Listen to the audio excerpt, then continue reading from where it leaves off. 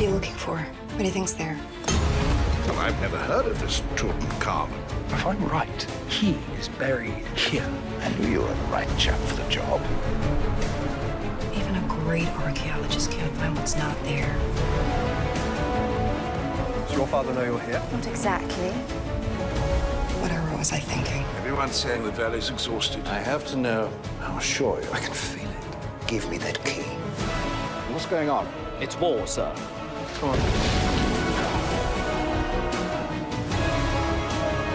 Anything can happen. It's an entrance!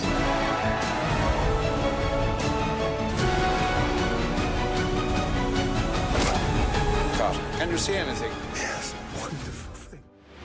En la inmensidad del desierto egipcio, donde el tiempo se mide por milenios y las arenas custodian los secretos de civilizaciones desvanecidas, yace una historia de olvido y redescubrimiento, un eco distante, el susurro de un nombre casi borrado.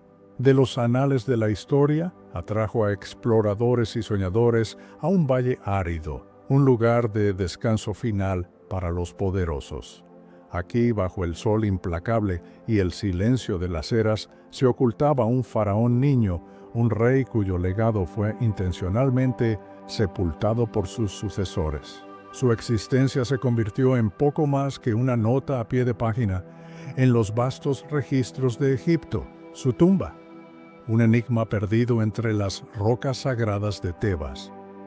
Durante más de 3000 años, durmió imperturbable, rodeado de tesoros inimaginables, mientras el mundo exterior cambiaba y las dinastías ascendían y caían.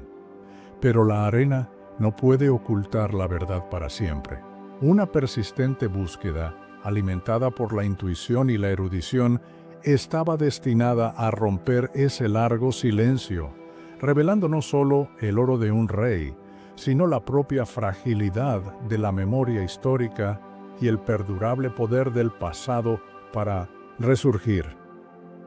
A comienzos del siglo XX, la egiptología era un campo vibrante, aunque en plena transformación. Las grandes potencias europeas, junto con financieros estadounidenses, impulsaban numerosas excavaciones a lo largo del Nilo, cada una con la esperanza de desenterrar los vestigios de una de las civilizaciones más antiguas y enigmáticas del mundo. Se había producido un cambio gradual desde la mera caza de antigüedades, característica del siglo XIX, hacia métodos de excavación que aspiraban a una mayor cientificidad. Sin embargo, las técnicas aún estaban en desarrollo y la línea entre la recolección de tesoros y la investigación arqueológica sistemática a menudo era difusa. Ya se habían realizado descubrimientos significativos en el Valle de los Reyes y otros sitios importantes, lo que llevó a una percepción generalizada entre muchos expertos de que los hallazgos más espectaculares ya habían salido a la luz. Para el inicio del siglo XX se conocían 61 sepulcros en el Valle de los Reyes, resultado del trabajo de anticuarios y arqueólogos que habían despejado y registrado tumbas desde principios del siglo XIX. Este panorama de un campo aparentemente maduro, con sus principales glorias ya reveladas, formaba el telón de fondo contra el cual se desarrollarían los eventos que llevarían a uno de los descubrimientos más asombrosos de la historia. La idea de que aún pudieran existir tumbas reales intactas, especialmente de un faraón del Imperio Nuevo, era considerada por muchos una quimera. El Valle de los Reyes, la necrópolis real de los faraones del Imperio Nuevo en la orilla occidental de Tebas, había sido objeto de intensa exploración durante más de un siglo. Su importancia histórica como el lugar de enterramiento de monarcas tan célebres como Ramsés el Grande y Tutmosis III era incuestionable. Sin embargo, la misma prominencia del valle lo había convertido en un objetivo para los saqueadores de tumbas desde la antigüedad. Para principios del siglo XX, la mayoría de las tumbas conocidas habían sido violadas y su contenido dispersado. Theodore M. Davis, un acaudalado abogado y financiero estadounidense, había ostentado la concesión para excavar en el Valle de los Reyes durante varios años, y su equipo había realizado numerosos descubrimientos importantes, incluyendo las tumbas de Tutmosis IV Ka-Amboi 43, Yuya y Tuya Ka-Tambui 46 y Horemheb Ka-Abir 57, así como un depósito que contenía objetos relacionados con el período de Amarna en Ka-Pampuit 55. Tras estos hallazgos, y especialmente después de recuperar objetos de KV-54 y KV-58 que él creía eran los últimos vestigios del enterramiento de Tutankamón, Davis llegó a una conclusión que resonó en la comunidad egiptológica. En su publicación de 1912, titulada Las tumbas de Harmhabi y Tutankamón, declaró de manera inequívoca que temía que el Valle de los Reyes estuviera ahora agotado. Esta afirmación, proveniente de un excavador con un historial tan significativo, reforzó la creencia generalizada de que no quedaban más tumbas reales por descubrir en aquel sagrado y exhaustivamente explorado lugar. La declaración de Davis se convirtió en la opinión predominante, un veredicto que hacía que cualquier intento ulterior de encontrar una tumba intacta en el valle pareciera una empresa inútil y costosa. Para comprender la figura de Tutankamón y la naturaleza de su enterramiento, es imprescindible situarlo en el contexto del tumultuoso período de Amarna que lo precedió. Su padre, el faraón Akenatón, había instigado una revolución religiosa y cultural sin precedentes en la historia egipcia.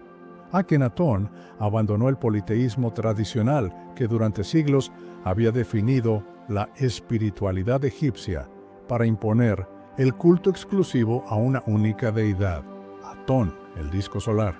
Esta transformación radical no solo afectó las creencias religiosas, sino que también tuvo profundas implicaciones políticas y artísticas. La capital religiosa y administrativa fue trasladada de la venerable Tebas a una ciudad de nueva construcción, a Getatón, una urbe que hoy es conocida como Amarna. El poderoso clero de Amón, que había gozado de una inmensa influencia, fue suprimido y sus templos desatendidos o reconvertidos. El arte de Amarna también rompió con las convenciones estilizadas del pasado, optando por un naturalismo a veces exagerado en la representación de la familia real. Esta era de cambios drásticos fue profundamente divisiva y generó una considerable resistencia y descontento entre la población y las élites tradicionales que veían en Akenatón a un rey hereje. La muerte de Akenatón sumió a Egipto en un periodo de incertidumbre, sentando las bases para la restauración que caracterizaría el breve reinado de su joven sucesor. Tutankamón ascendió al trono de Egipto siendo apenas un niño, con una edad estimada entre los 8 y 9 años, en un momento en que el país aún se recuperaba de las transformaciones impuestas por Akenatón. Su nombre original, Tutankatón, que significa imagen viviente de Atón, reflejaba la fe atonista de su padre. Sin embargo, su reinado se caracterizaría por un retorno completo a las tradiciones ancestrales. Aproximadamente en el tercer año de su gobierno, Tutankatón cambió su nombre a Tutankamón, imagen viviente de Amón, y su esposa, Anhesempatón, se convirtió en Anhesenamón. Este cambio nominal fue un acto simbólico de enorme trascendencia, marcando el abandono oficial del atonismo y la restauración de Amón como la deidad suprema del panteón egipcio. La estela de la restauración, probablemente datada en el 4º año de su reinado, describe el período de Amarna como una época de desastre, en la que los templos habían caído en la ruina y los dioses no atendían las súplicas. Bajo la guía de sus consejeros, presumiblemente el visir Ay y el general Horemheb, el joven faraón emprendió una vasta obra de restauración religiosa y política. se levantó la prohibición del culto a Amón, se restituyeron los privilegios a su sacerdocio y se iniciaron proyectos de construcción y reparación de templos, especialmente en Karnak, el gran centro de culto de Amón en Tebas. La capital administrativa regresó a Memphis, mientras Tebas recuperaba su preeminencia como corazón religioso del país. Ajetatón, la capital de Akenatón, fue gradualmente abandonada. Tutankamón también se ocupó de reenterrar los restos de su padre en el Valle de los Reyes, un gesto que buscaba reconciliar el pasado reciente con las tradiciones funerarias establecidas. El reinado de Tutankamón, dedicado a la restauración del orden tradicional, fue lamentablemente corto. Falleció alrededor de los 19 años de edad, tras aproximadamente una década en el trono. Las causas exactas de su muerte han sido objeto de intenso debate y estudio. Investigaciones modernas, incluyendo análisis de ADN y tomografías computarizadas de su momia, sugieren que padecía varias afecciones, incluyendo malaria y una enfermedad ósea necrosante, además de haber sufrido una fractura en la pierna poco antes de morir. No existe evidencia concluyente que respalde las antiguas teorías de asesinato. Su muerte prematura e inesperada parece haber precipitado un entierro algo apresurado. La tumba que se le destinó en el Valle de los Reyes, conocida hoy como KV62, es notablemente pequeña en comparación con los sepulcros de otros faraones del Imperio Nuevo. Esta circunstancia ha llevado a la teoría predominante de que la tumba no fue originalmente concebida para un faraón, sino para un noble o un miembro no reinante de la familia real, y que fue adaptada rápidamente para acoger los restos de Tutankamón debido a su fallecimiento imprevisto. Solo la cámara funeraria presenta paredes decoradas, otra indicación de la premura con la que se preparó el sepulcro. Dentro de la tumba, en la cámara del tesoro, se encontraron también 2 pequeños ataúdes que contenían los fetos momificados de 2 niñas, probablemente sus hijas nacidas muertas. Este detalle íntimo y trágico añade una dimensión humana a la figura del rey niño, cuyo descanso eterno se preparó con los ritos y tesoros correspondientes a su estatus, a pesar de las limitaciones impuestas por su muerte temprana. Howard Carter nació en Kensington, Londres, el 9 de mayo de 1874, en el seno de una familia sin grandes recursos económicos. Su padre, Samuel John Carter, era un artista reconocido por sus pinturas de animales, y fue él quien le transmitió las primeras enseñanzas en dibujo y pintura, habilidades que resultarían fundamentales a lo largo de toda su carrera egiptológica. A diferencia de muchos de sus contemporáneos en el campo de la arqueología, Carter no recibió una educación formal universitaria.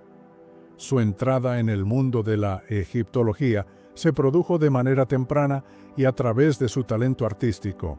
A la edad de 17 años, en 1891, gracias a la recomendación de Lady Amherst de Hackney, una coleccionista de antigüedades, Carter fue enviado a Egipto para unirse a la expedición de Percy Newberry, patrocinada por el Fondo para la Exploración de Egipto. Su tarea inicial consistió en copiar con precisión las pinturas y relieves de las tumbas del Reino Medio en Beni Hasan y El Bersha.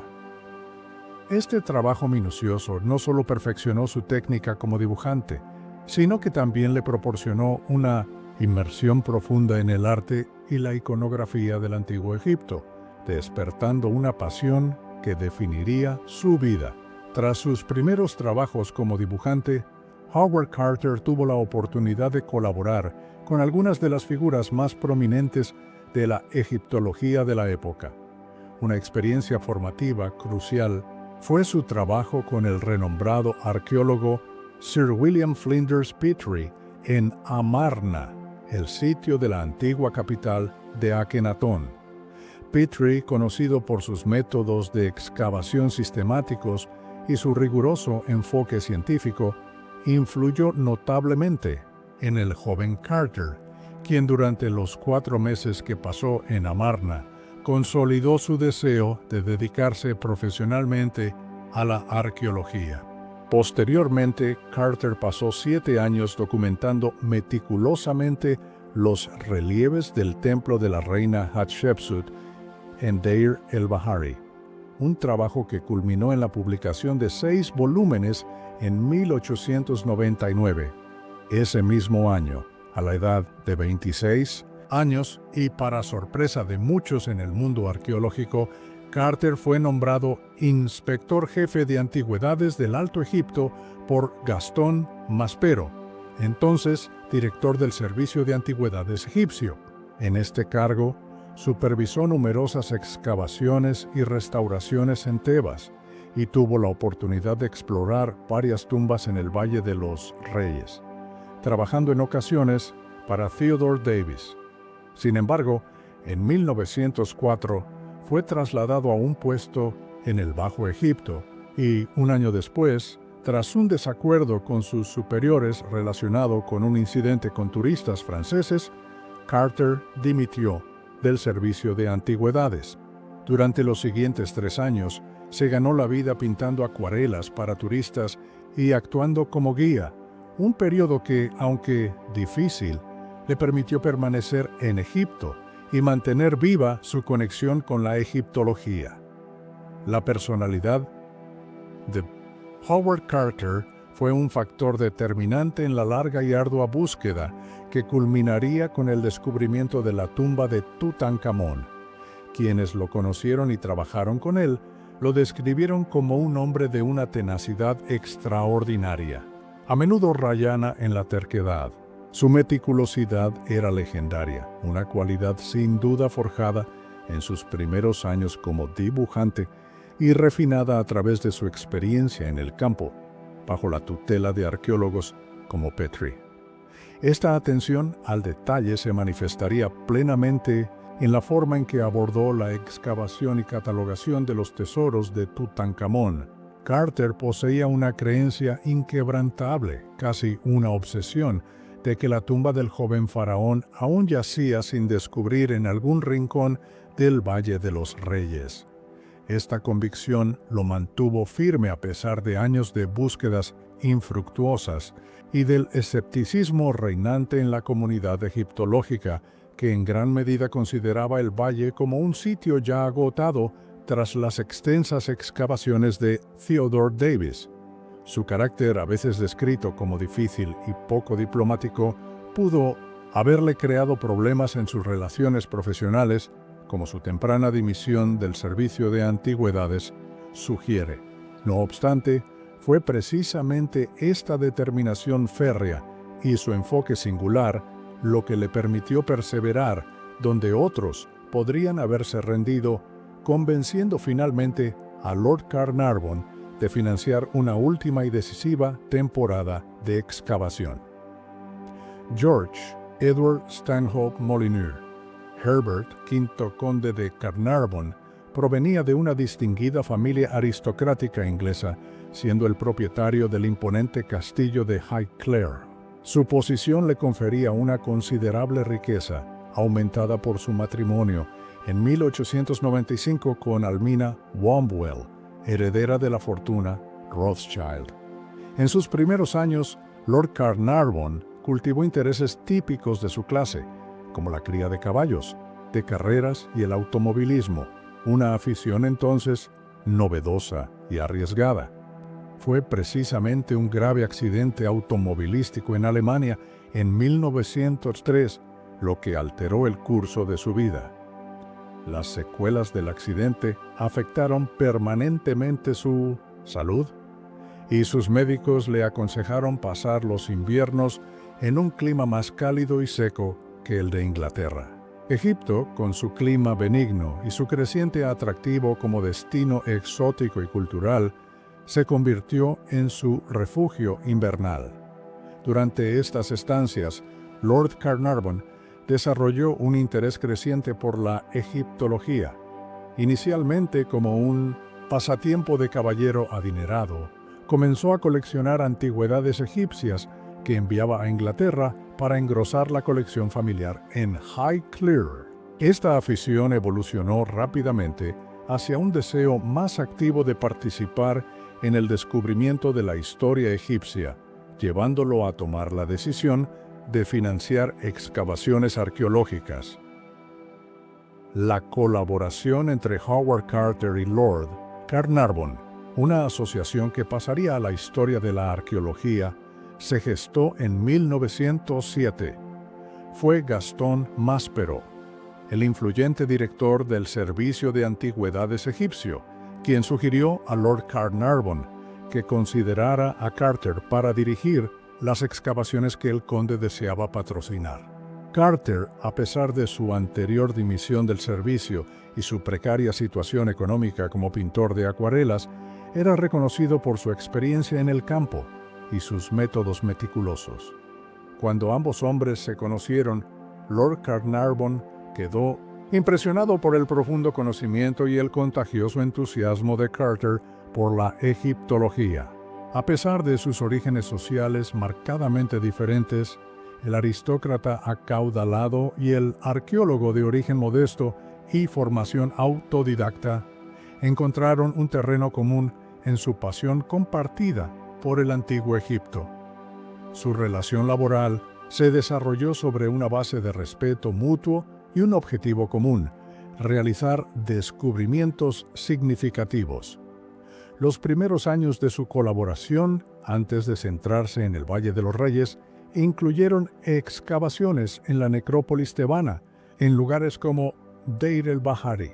Estas primeras empresas conjuntas, aunque no arrojaron hallazgos espectaculares, sirvieron para consolidar su asociación y fueron documentadas en su publicación conjunta de 1912, 5 años de exploración en Tebas. Esta obra temprana demostró su compromiso compartido con la documentación y difusión de sus trabajos arqueológicos. La búsqueda de la tumba de Tutankamón representó una inversión financiera considerable por parte de Lord Carnarvon, un compromiso que se extendió a Mansirinbam a lo largo de muchos años. Las excavaciones arqueológicas en Egipto eran empresas costosas que implicaban no solo la financiación de los trabajos de campo, sino también el mantenimiento de un equipo de trabajadores, el transporte de equipos y, con el tiempo, la conservación y el estudio de los hallazgos. La Primera Guerra Mundial interrumpió temporalmente sus esfuerzos en el Valle de los Reyes, ya que Carter fue empleado por el Departamento de Inteligencia de la Oficina de Guerra en El Cairo.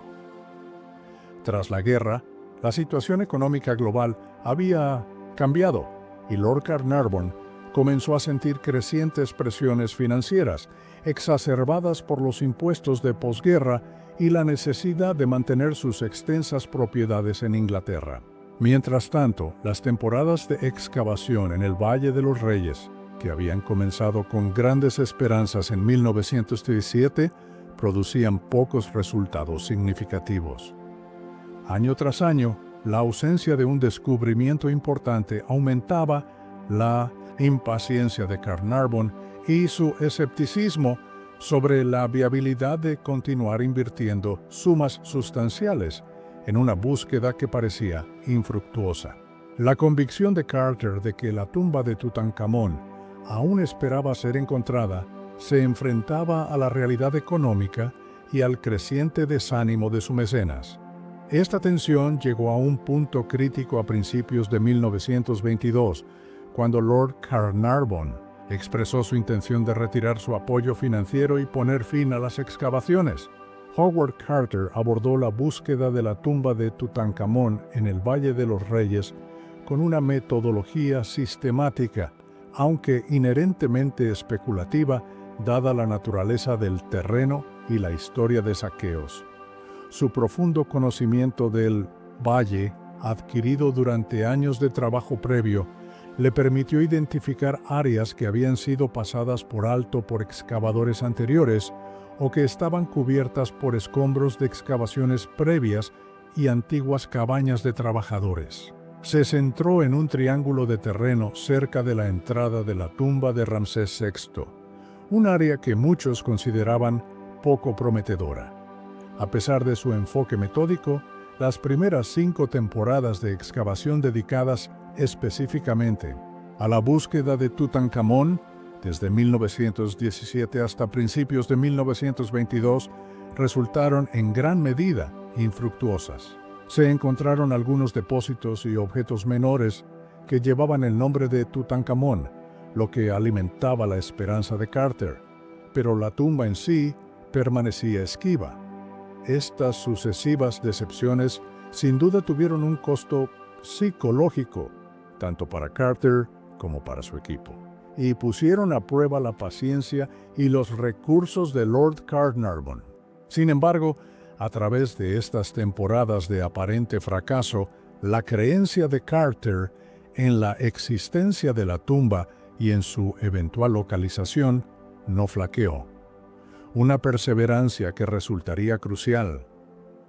A principios de 1922, tras 5 años de excavaciones en el Valle de los Reyes con resultados desalentadores en lo que respectaba a la tumba de Tutankamón, Lord Carnarvon comunicó a Howard Carter su decisión de no continuar financiando la búsqueda. Las considerables sumas invertidas no habían producido el gran descubrimiento esperado, y las presiones financieras de la posguerra hacían cada vez más difícil justificar tal desembolso. Para Carter, esta noticia representaba un golpe devastador a sus aspiraciones de toda una vida. Sin embargo, su convicción de que la tumba del joven faraón aún yacía oculta en el valle era tan profunda que se negó a aceptar la derrota. En un encuentro decisivo, Carter argumentó apasionadamente a favor de una última temporada de excavación. Se centró en un área específica, un triángulo de terreno situado debajo de los restos de unas antiguas cabañas de obreros, cerca de la entrada de la tumba de Ramsés VI. Esta zona había sido utilizada como vertedero durante la construcción de la tumba de Ramsés VI, y por lo tanto, Carter teorizó que cualquier estructura anterior podría haber quedado sellada y protegida bajo los escombros. Fue una apuesta arriesgada, ya que el área había sido superficialmente investigada antes o considerada de poco interés. Carter llegó incluso a ofrecerse a financiar esta última temporada con sus propios recursos si Carnarvon no accedía. Finalmente, Lord Carnarvon, quizás conmovido por la inquebrantable fe de Carter o simplemente cediendo a una última súplica, accedió a financiar una temporada más, la que sería definitivamente la última oportunidad. El destino de la búsqueda de Tutankamón pendía de un hilo.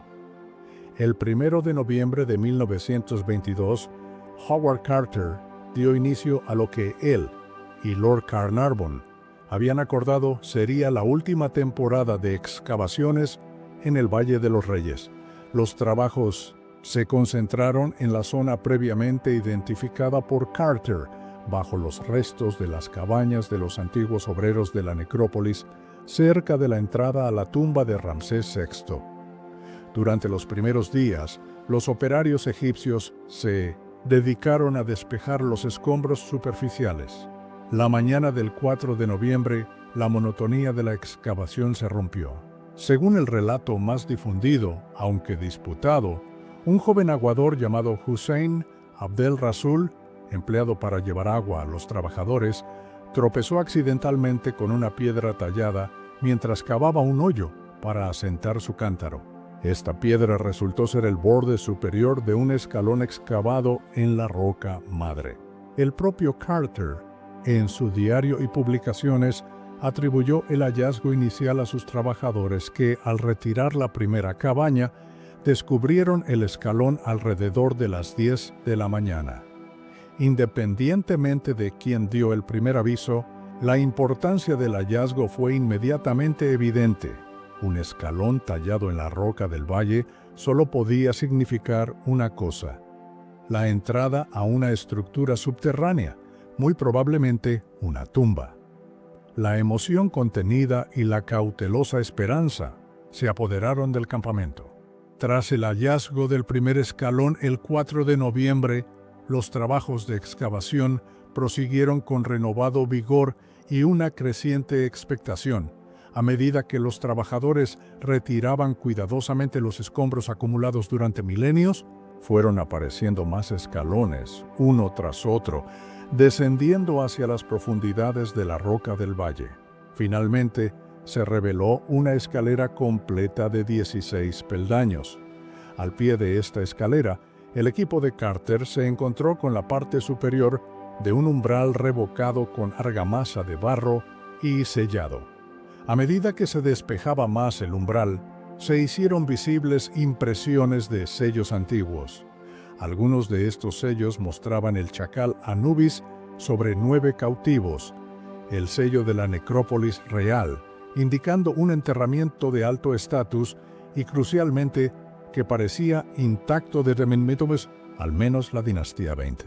Más abajo, en el revoco, aparecieron sellos más claros que llevaban el cartucho, el nombre real de Tutankamón. Este fue el momento de la confirmación. Carter, en su diario del 5 de noviembre, describió la emoción de este instante, aunque también una cierta perplejidad por el tamaño relativamente pequeño de la entrada en comparación con otras tumbas reales. Hizo un pequeño orificio en la esquina superior del umbral y con una linterna eléctrica pudo ver que el pasadizo interior estaba completamente lleno de piedras y escombros, con la certeza de haber hecho un descubrimiento monumental y posiblemente la tumba intacta que tanto había buscado. Carter tomó la prudente decisión de volver a llenar la escalera con escombros para asegurar el hallazgo y protegerlo de posibles saqueos. Inmediatamente después envió un telegrama a Lord Carnarvon, quien se encontraba en Inglaterra. Por fin he hecho un descubrimiento maravilloso en el valle, una tumba magnífica con los sellos intactos. La he vuelto a cubrir para su llegada. ¡Felicidades! Lord Carnarvon, al recibir el telegrama de Carter el 6 de noviembre de 1922, no perdió tiempo. Consciente de la magnitud potencial del descubrimiento, emprendió el viaje desde Inglaterra hacia Egipto con la mayor celeridad posible. Le acompañaba su hija, Lady Evelyn Herbert, quien compartía el entusiasmo de su padre por la egiptología y había estado presente en excavaciones anteriores. Llegaron a Luxor el 23 de noviembre y Carter los recibió en su casa de Gurna. Al día siguiente, 24 de noviembre, se reanudaron los trabajos en la entrada de la tumba. La escalera fue nuevamente despejada por completo, permitiendo un examen más detallado del primer umbral sellado. Fue entonces cuando se pudieron discernir con mayor claridad los sellos de Tutankamón, especialmente en la parte inferior del revoco. Sin embargo, Carter también observó en la parte superior del umbral indicios de, al menos, 2 aperturas y cierres sucesivos en la antigüedad, lo que sugería que la tumba, aunque quizás no completamente saqueada, sí había sido visitada por ladrones. Tras retirar el bloqueo del primer umbral, se encontraron con un pasadizo descendente completamente lleno de escombros de piedra caliza local. Entre estos escombros aparecieron fragmentos de objetos, trozos de vasijas de alabastro rotas, sellos de jarras y fragmentos de pequeños objetos de madera dorada, algunos de los cuales llevaban los nombres de otros faraones del período de Amarna, como Akenatón y Semeneskara. Estos hallazgos iniciales sembraron una duda en la mente de Carter. ¿Se trataba realmente de la tumba de Tutankamón o de un escondrijo real, un depósito de objetos de varios reinados, similar al que Davis había encontrado años antes? La anticipación se mezclaba ahora con una creciente incertidumbre. El 25 de noviembre, el equipo continuó la ardua tarea de despejar el pasadizo descendente, que se extendía por unos 9 metros. Los escombros que lo colmataban contenían más fragmentos que apuntaban a un enterramiento perturbado de finales de la dinastía XVIII, reforzando la teoría de un posible saqueo antiguo. Finalmente, en la tarde del 26 de noviembre de 1922, tras retirar la totalidad de los escombros del pasadizo, Carter, Lord Carnarvon, Lady Evelyn Herbert y el ingeniero Arthur Callender, un amigo y colega de Carter que se había unido para ayudar, se encontraron ante un segundo umbral selado. Este segundo bloqueo era casi idéntico en apariencia al primero, revocado con argamasa y ostentando numerosas impresiones de sellos. De nuevo, los sellos de Tutankamón eran visibles, junto con los de la necrópolis real. Y de manera similar al primer umbral, también aquí había claras evidencias de que la puerta había sido forzada y vuelta a sellar en la antigüedad, probablemente en más de una ocasión. La tensión en el pequeño grupo debió ser inmensa. Cada golpe de herramienta, cada fragmento de sello examinado, los acercaba a una respuesta definitiva, pero también aumentaba la posibilidad de una profunda decepción si la tumba resultaba estar vacía o severamente saqueada, como tantas otras en el Valle de los Reyes. Este segundo umbral representaba la última barrera conocida antes de lo que Carter esperaba fuera el interior de la tumba de Tutankamón. Ante el segundo umbral, sellado, la expectación era máxima. Howard Carter, con la meticulosidad que lo caracterizaba, procedió con cautela. Primero, documentó los sellos y el estado del bloqueo. Luego, con lo que él mismo describió como manos temblorosas, practicó una pequeña abertura en la esquina superior izquierda del umbral, utilizando un cincel que, según la tradición, le había regalado su abuela para su 17º cumpleaños. Antes de mirar, introdujo una vela a través del orificio para comprobar la presencia de gases nocivos que pudieran haberse acumulado en el interior tras más de 3 milenios de encierro. La llama de la vela parpadeó momentáneamente debido al aire caliente que escapaba de la cámara sellada, pero no se extinguió, indicando que la atmósfera interior era respirable. Entonces Carter ensanchó ligeramente la abertura, lo suficiente para poder asomarse. Con la vela en la mano, acercó su rostro al orificio y miró hacia la oscuridad del interior. Mientras Howard Carter escudriñaba la oscuridad a través de la pequeña brecha, Lord Carnarvon, Lady Evelyn Herbert y Arthur Callender esperaban a su lado, conteniendo la respiración en un silencio cargado de tensión. El tiempo pareció detenerse. Carter permaneció inmóvil, sin pronunciar palabra, mientras sus ojos se adaptaban lentamente a la penumbra iluminada tan solo por el titileo de la vela. La espera debió parecer una eternidad para los que aguardaban. Finalmente, Lord Carnarvon, incapaz de soportar más el suspense, preguntó con ansiedad: ¿Puede ver algo? Hubo una pausa y entonces Carter, con la voz embargada por la emoción y el asombro, logró articular la respuesta que se haría legendaria. Sí, cosas maravillosas. Esas simples palabras, pronunciadas con la contención propia de Carter, pero cargadas de un significado inmenso, señalaron el clímax de años de búsqueda y el inicio de uno de los capítulos más extraordinarios en la historia de la arqueología. El impacto de esta frase resonó instantáneamente entre el pequeño grupo y en poco tiempo cautivaría la imaginación del mundo entero. Tras pronunciar sus famosas palabras, Howard Carter procedió a ensanchar la abertura en el segundo umbral para que Lord Carnarvon también pudiera contemplar el interior. Utilizando linternas eléctricas además de las velas, la escena que se reveló ante sus ojos superaba cualquier expectativa. Carter describió su primera impresión como la de estar mirando dentro de la sala de atrezo de la ópera de una civilización desaparecida. La cámara, que más tarde se conocería como la antecámara, estaba abarrotada de objetos, apilados unos sobre otros en un estado de caos organizado. Por todas partes, el brillo del oro dominaba la escena. Extraños animales, estatuas y oro, por todas partes el destello del oro. Entre la multitud de tesoros, distinguieron 3 grandes lechos funerarios dorados con formas de animales fantásticos, uno con cabezas de león, otro con cabezas de la diosa Hathor en forma de vaca y un tercero con cabezas de una bestia compuesta, identificada a veces como Amit o Tueris. Partes de varios carros de guerra desmontados, también dorados y con incrustaciones, se apilaban en un rincón.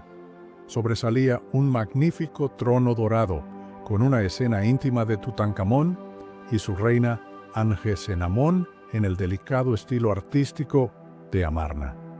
Había numerosos vasos de alabastro exquisitamente tallados, incluyendo el famoso cáliz de loto de Tutankamón, conocido como la Copa de los Deseos.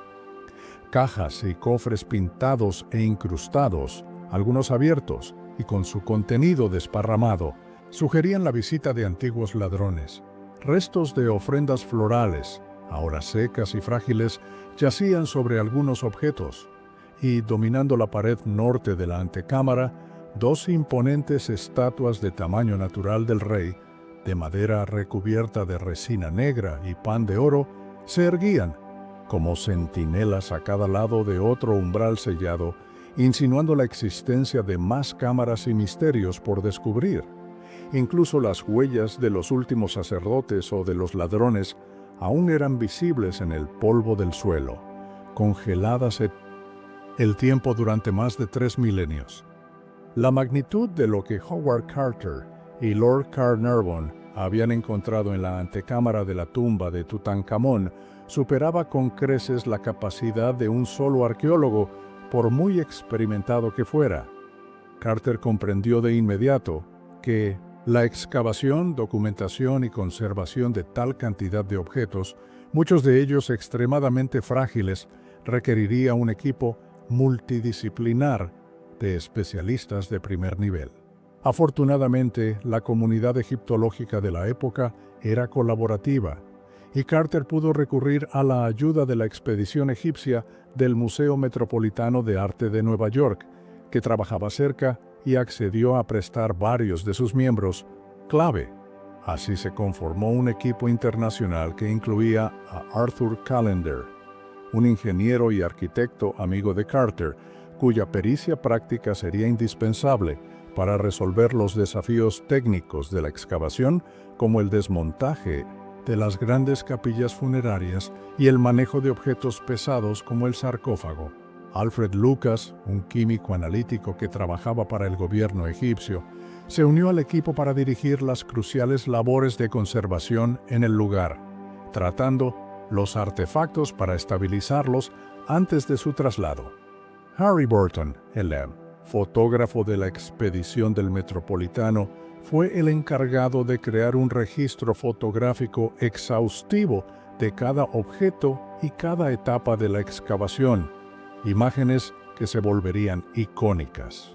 Arthur Mace, un experimentado egiptólogo y conservador del Metropolitano, colaboró estrechamente con Lucas en la conservación y ayudó a Carter en la redacción del primer volumen de la publicación popular sobre el descubrimiento. Percy Newberry, un distinguido botánico, fue convocado para identificar los restos florales y vegetales encontrados en la tumba, como las guirnaldas y las ofrendas de alimentos. Sir Alan Gardiner, un eminente filólogo, se encargó de estudiar y traducir las numerosas inscripciones jeroglíficas presentes en los objetos y las paredes de la cámara funeraria. James Henry Breasted, un destacado historiador y egiptólogo de la Universidad de Chicago, aportó su pericia para el contexto histórico y también colaboró en la interpretación de sellos e inscripciones. Lindsley Hall y Walter Hauser, arquitectos de la expedición del Metropolitano, fueron responsables de dibujar los planos detallados de la tumba y de la ubicación de cada artefacto. A este grupo de expertos occidentales se sumó un numeroso equipo de trabajadores egipcios, cuyos nombres a menudo se han omitido en los relatos populares, pero cuyo papel fue fundamental. Entre ellos se encontraban los capataces o reises, como Ahmed Gerigar, Gad Hassan, Hussein Abu Awad y Hussein Ahmed Said, y docenas de obreros y niños locales que realizaron el duro trabajo físico de la excavación, el transporte de escombros y el traslado de los objetos. Sin la habilidad y la dedicación de este equipo completo, la excavación de la tumba de Tutankamón no habría podido llevarse a cabo con el nivel de detalle y cuidado que la caracterizó. Ante la asombrosa cantidad y variedad de objetos descubiertos en la tumba de Tutankamón, Howard Carter implementó un meticuloso sistema de catalogación para asegurar que cada hallazgo fuera debidamente registrado antes de su estudio o traslado. Este sistema, notablemente avanzado para su época, se basó en la creación de fichas individuales para cada objeto o grupo de objetos. Se asignaron números de referencia secuenciales desde el 1 hasta el 620, y muchos de estos números se subdividieron con letras o números arábigos para agrupar componentes de un mismo artefacto o hallazgos asociados, sumando un total de 5.398 objetos catalogados. Cada ficha de objeto, generalmente una tarjeta de índice, contenía información esencial. Se registraba el número de excavación asignado, una descripción detallada del objeto, a menudo acompañada de un dibujo o croquis realizado por el propio Carter o por Arthur Mace, las dimensiones exactas y la ubicación precisa dentro de la tumba donde fue encontrado. Además, cuando era pertinente, se incluían las transcripciones y traducciones de las inscripciones jeroglíficas, trabajo realizado principalmente por Alan Gardiner y Percy Newberry. Las fichas también documentaban el proceso de conservación llevado a cabo por Alfred Lucas y Arthur Mace, detallando los tratamientos aplicados. En el caso de restos orgánicos, Percy Newberry aportaba notas botánicas o textiles. Finalmente, cada ficha se vinculaba al exhaustivo registro fotográfico realizado por Harry Burton. Este sistema no solo facilitó la gestión de la enorme colección de artefactos, sino que también sentó una base documental invaluable para la investigación egiptológica posterior. Hoy en día, estas fichas originales, junto con gran parte del archivo de la excavación, se conservan en el Instituto Griffith de la Universidad de Oxford y son accesibles en línea, permitiendo a investigadores y al público en general estudiar en detalle este extraordinario descubrimiento. El papel de Harry Burton en la excavación de la tumba de Tutankamón fue absolutamente fundamental, proveyendo un registro visual que no solo documentó el descubrimiento para la posteridad, sino que también capturó la imaginación del mundo. Carter reconoció desde el principio la necesidad imperante de una documentación fotográfica completa antes de que cualquier objeto fuera tocado o movido. Burton, cedido por la expedición del Museo Metropolitano de Arte, comenzó su labor el 27 de diciembre de 1922 y continuó durante casi una década, produciendo un archivo de más de 3.400 fotografías. Utilizaba placas de vidrio de gelatina de plata, un medio que permitía obtener imágenes de alta calidad y gran detalle, superiores en muchos aspectos a las tecnologías digitales tempranas. La iluminación dentro de la oscura y estrecha tumba presentaba un desafío considerable. Burton ingeniosamente empleó una combinación de luz solar, reflejada hacia el interior mediante un sistema de espejos que a veces se extendía más de 30 metros, y dos potentes lámparas eléctricas móviles que Carter había instalado.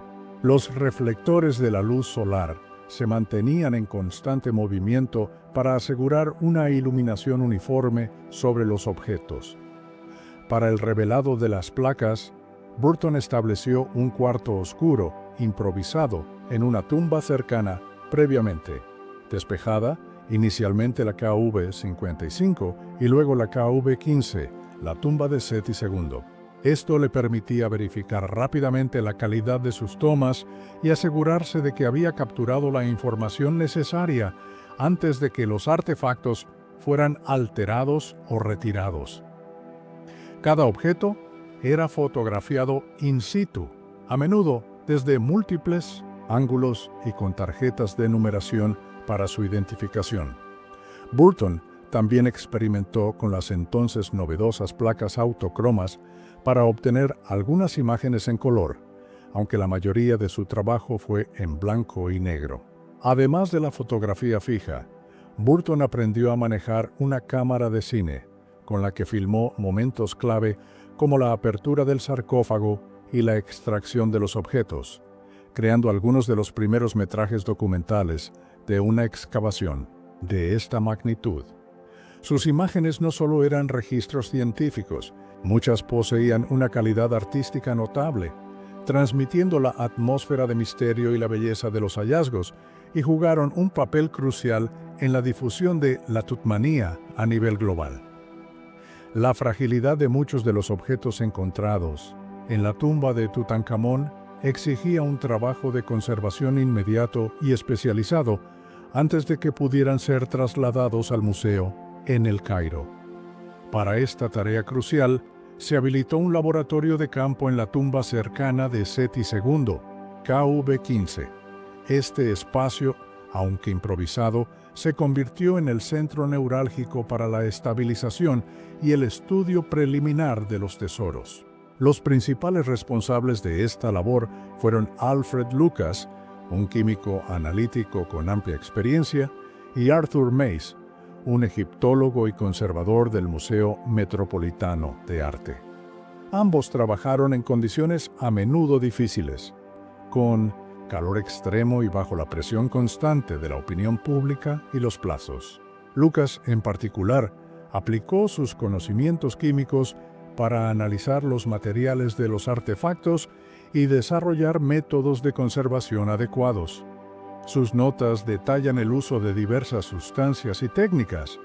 La cera de parafina, a menudo disuelta en benzina y aplicada en caliente o en frío, se utilizó para consolidar madera deteriorada, textiles frágiles y objetos con incrustaciones sueltas. Las soluciones de celuloide en acetato de amilo o acetona sirvieron como adhesivo y consolidante para superficies pintadas y tejidos delicados. El polvo y la suciedad acumulados durante milenios se eliminaban cuidadosamente con cepillos suaves, peras de aire o, en algunos casos, con benzina o una esponja húmeda. Los metales como la plata y el oro, a menudo deslustrados o corroídos, se trataban con soluciones de amoníaco o cianuro de potasio, o incluso mediante calentamiento controlado en el caso de la plata. Mace, por su parte, aportó su experiencia en el manejo y la reparación de objetos antiguos, colaborando estrechamente con Lucas en el tratamiento de cada pieza. Este trabajo de conservación in situ fue pionero para su época y resultó esencial para la supervivencia de muchos de los tesoros más delicados, como los textiles, los objetos de madera dorada y las ofrendas florales, permitiendo que llegaran al museo en El Cairo en condiciones de ser estudiados y exhibidos. La antecámara, la primera estancia que Carter y Carnarvon contemplaron, presentaba un espectáculo de riqueza y aparente desorden, un testimonio tanto de la opulencia funeraria como de las antiguas intrusiones. Entre la profusión de objetos, destacaban varios de singular importancia y belleza. Los 3 grandes lechos funerarios ceremoniales llamaban la atención por sus formas zoomorfas y su recubrimiento dorado. Uno estaba flanqueado por cabezas de leones protectores, otro por cabezas de la diosa vaca Mehet Weret o Hathor, símbolo de renacimiento y maternidad, y el tercero una extraña amalgama de hipopótamo con fauces de cocodrilo, representaba a la diosa Tueris, protectora del nacimiento y el hogar. Estos lechos, construidos en madera dorada y con incrustaciones, no eran para el descanso cotidiano, sino que tenían un profundo significado ritual, posiblemente destinados a transportar simbólicamente al faraón en su viaje al más allá. Dispersos y parcialmente desmontados, se encontraron los componentes de varios carros de guerra. De los 6 carros hallados en toda la tumba, 4 estaban en la antecámara. Algunos eran carros de estado, ricamente decorados con pan de oro, incrustaciones de vidrio coloreado y marfil, y escenas que representaban al faraón en batalla, triunfante sobre sus enemigos o en cacerías reales. Otros eran más ligeros y sencillos, quizás para uso cotidiano o caza. La presencia de estos vehículos subraya el papel del faraón como guerrero y líder, incluso en la muerte. El trono dorado, hallado bajo uno de los lechos funerarios, es una de las piezas más emblemáticas del tesoro. Fabricado en madera recubierta con láminas de oro y plata, está profusamente decorado con incrustaciones de piedras semipreciosas como lapislázuli y cornalina, y pasta de vidrio de vivos colores. Su respaldo presenta una escena íntima y conmovedora, en el estilo artístico de Amarna. Tutankamón sentado, relajado, mientras su joven esposa, Angesenamón, le aplica un ungüento perfumado. Sobre ellos, el disco solar de Atón extiende sus rayos, una reminiscencia del período religioso precedente, lo que sugiere que el trono pudo haber sido fabricado antes de la completa restauración del culto a Amón. Las patas del trono tienen forma de garras de león y los brazos están protegidos por ureos alados, símbolos de la realeza. Entre los vasos de alabastro destacaba el llamado cáliz de loto de Tutankamón, o copa de los deseos. Tallado en una sola pieza de calcita translúcida, tiene la forma de una flor de loto blanco en plena floración. Las asas están formadas por flores de loto azul, flanqueadas por capullos, sobre los cuales se arrodillan figuras del dios He, personificación de la eternidad, sosteniendo en sus manos nervaduras de palma que simbolizan millones de años. Una inscripción jeroglífica en el borde expresa un deseo para el rey: que tu viva, que pases millones de años, tú que amas Tebas, sentado con tu rostro al viento del norte, tus ojos contemplando la felicidad. Flanqueando la entrada sellada a la cámara funeraria, se erguían 2 imponentes estatuas de tamaño natural del rey, realizadas en madera recubierta de resina negra y con detalles en pan de oro, como sandalias, faldellines y collares, representaban al faraón como guardián de su propio sepulcro. Una de las estatuas portaba el tocado Nemes, mientras que la otra lucía el tocado Kat o Avnet. Ambas sostenían una maza y un bastón, símbolos de autoridad. Las inscripciones en sus faldellines las identifican como representaciones del Ka, o espíritu vital del rey, vinculándolo con Osiris y Orachti y asegurando su paso y protección en el más allá. Además de estas piezas maestras, la antecámara contenía una profusión de cofres pintados e incrustados, algunos con escenas de caza y batalla del rey, cajas de marfil y ébano, escabeles, lámparas y una gran cantidad de vasijas de alabastro que originalmente contuvieron aceites y perfumes preciosos, aunque muchos aparecieron vacíos, víctimas de los antiguos saqueos. La impresión general era la de una acumulación apresurada, un intento de proveer al faraón de todo lo necesario para su vida eterna, a pesar de las limitaciones de espacio y tiempo. Contiguo a la antecámara y accesible a través de una pequeña abertura en la pared suroeste, se encontraba un cuarto más pequeño y de nivel inferior que Howard Carter denominó el anexo. Si la antecámara presentaba un caos organizado, el anexo era la imagen misma del desorden absoluto. Los objetos estaban apilados unos sobre otros, sin ningún orden aparente, muchos de ellos rotos o dañados. Testimonio elocuente de una o más incursiones de saqueadores en la antigüedad. Los ladrones parecen haber revuelto frenéticamente el contenido en busca de metales preciosos y objetos de valor fácilmente transportables, desechando o rompiendo lo que no les interesaba.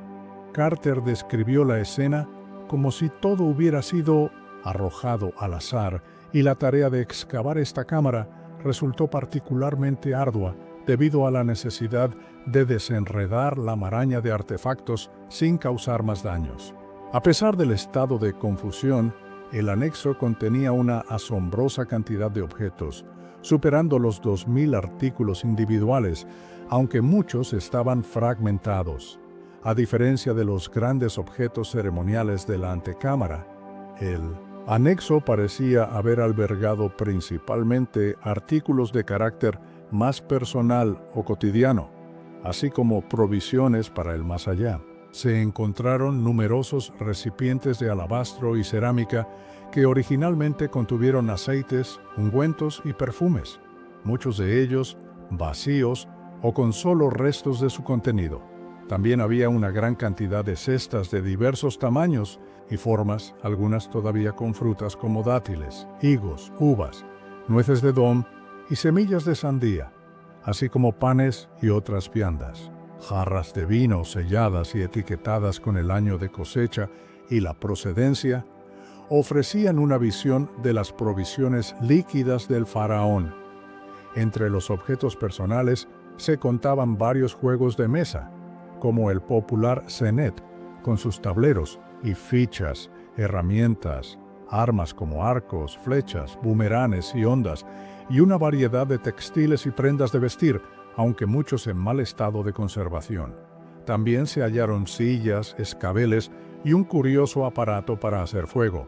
La naturaleza de estos hallazgos, aunque menos espectacular en términos de oro y suntuosidad que los de otras cámaras, proporcionó a los egiptólogos una fuente invaluable de información sobre los aspectos más íntimos y cotidianos de la vida real en la dinastía XVIII, elementos que a menudo se pierden en tumbas más exhaustivamente saqueadas.